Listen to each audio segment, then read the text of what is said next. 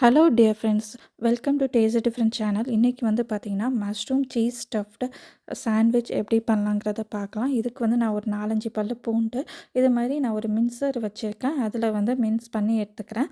So இதே மாதிரி நம்ம வந்து வெங்காயம், ஒரு பெரிய வெங்காயம் அதையும் மின்ஸ் பண்ணி எடுத்துக்கலாம். ரஃபாக சாப் பண்ணி போட்டிங்கனாலே மின்ஸ் ஆகி வந்துடும்.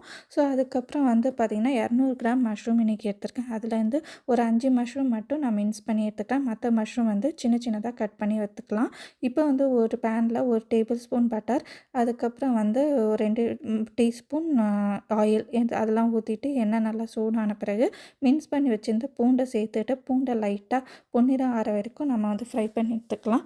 அதுக்கப்புறம் அது கூட நம்ம மின்ஸ் பண்ணி வச்சுருந்த வெங்காயம் அதையும் வந்து சேர்த்துக்கலாம். இதையும் சேர்த்துட்டு நல்லா வெங்காயம் வந்து கண்ணாடி பதம் வரைக்கும் நம்ம வந்து வதக்கி எடுத்துக்கலாம். ஸோ அதுக்கப்புறம் வந்து பார்த்திங்கன்னா சைட் பை சைடு நான் என்ன பண்ணுறேன்னா, ஒரு 2 டேபிள் ஸ்பூன் மெல்டட் பட்டர் எடுத்துகிட்டு அது வந்து நான் தோசை டவாவில் டோஸ்ட் பண்ணி எடுத்துக்கிறேன். ஸோ இது வந்து நான் சைட் பை சைடு வந்து அப்படியே செஞ்சு எடுத்துக்கிறேன். நீங்கள் டோஸ்டர்லேயும் இது வந்து செஞ்சு எடுத்துக்கலாம். ஸோ அதுக்கப்புறம் நம்ம வெங்காயமும் நல்லா வதங்கி வந்துடுச்சுங்க. இப்போ வந்து நாம் வந்து மின்ஸ் பண்ணி வச்சுருந்தா மஷ்ரூம் அதில் சேர்த்துக்கலாம். உங்களுக்கு சப்போஸ் இது நான் எதுக்காக மஷ்ரூம் கொஞ்சம் மின்ஸ் பண்ணியிருக்கேன்னு பார்த்தீங்கன்னா, ஸோ அது வந்து கொஞ்சம் பைண்ட் ஆகி வரும் அந்த ஸ்டஃபிங் வந்து. ஸோ அதுக்காக கொஞ்சம் வந்து மின்ஸ் பண்ணி எடுத்துருக்கேன். உங்களுக்கு இந்த மின்சிங் வேணாம் அப்படின்னு நினச்சிங்கன்னா நீங்கள் எல்லா மஷ்ரூமும் சாப் பண்ணியே வச்சுக்கோங்க. ஸோ இப்போ வந்து இந்த மின்ஸ் பண்ண மஷ்ரூம் அதில் சேர்த்துட்டு நம்ம நல்லா வந்து மிக்ஸ் பண்ணி எடுத்துக்கலாம்.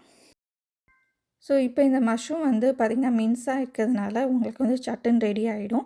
ஒரு 2 நிமிஷத்துலேயே வந்து ஃப்ரை ஆகி வந்துடும். அதுக்கப்புறம் நம்ம சாப் பண்ணி வச்சுருந்த பாக்கி மஷ்ரூமை நம்ம வந்து சேர்த்துக்கலாம். நல்லா சின்ன சின்னதாக வெட்டி வச்சுருக்கேன், வெங்காயம் நறுக்கின மாதிரி.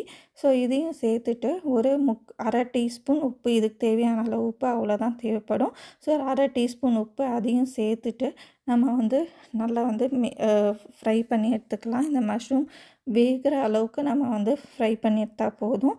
ஸோ இந்த மாதிரி நல்லா வெந்து வந்த பிறகு காரத்துக்கு ஏற்ப மாதிரி மிளகுத்தூள் நம்ம சேர்த்துக்கணும். நான் எவ்வளோ மிளகுத்தூள் சேர்க்குறேன்னு பார்த்தீங்கன்னா, ஒரு அரை டீஸ்பூன் மிளகுத்தூள் சேர்த்துக்கிறேன். உங்களுக்கு வந்து அதிகமாக வேணும்னு நினச்சிங்கன்னா நீங்கள் கூட குறைச்சல் அது மாதிரி நீங்கள் வந்து அந்த ஸ்பைஸ் லெவல் நீங்கள் ஆட் பண்ணிக்கலாம்.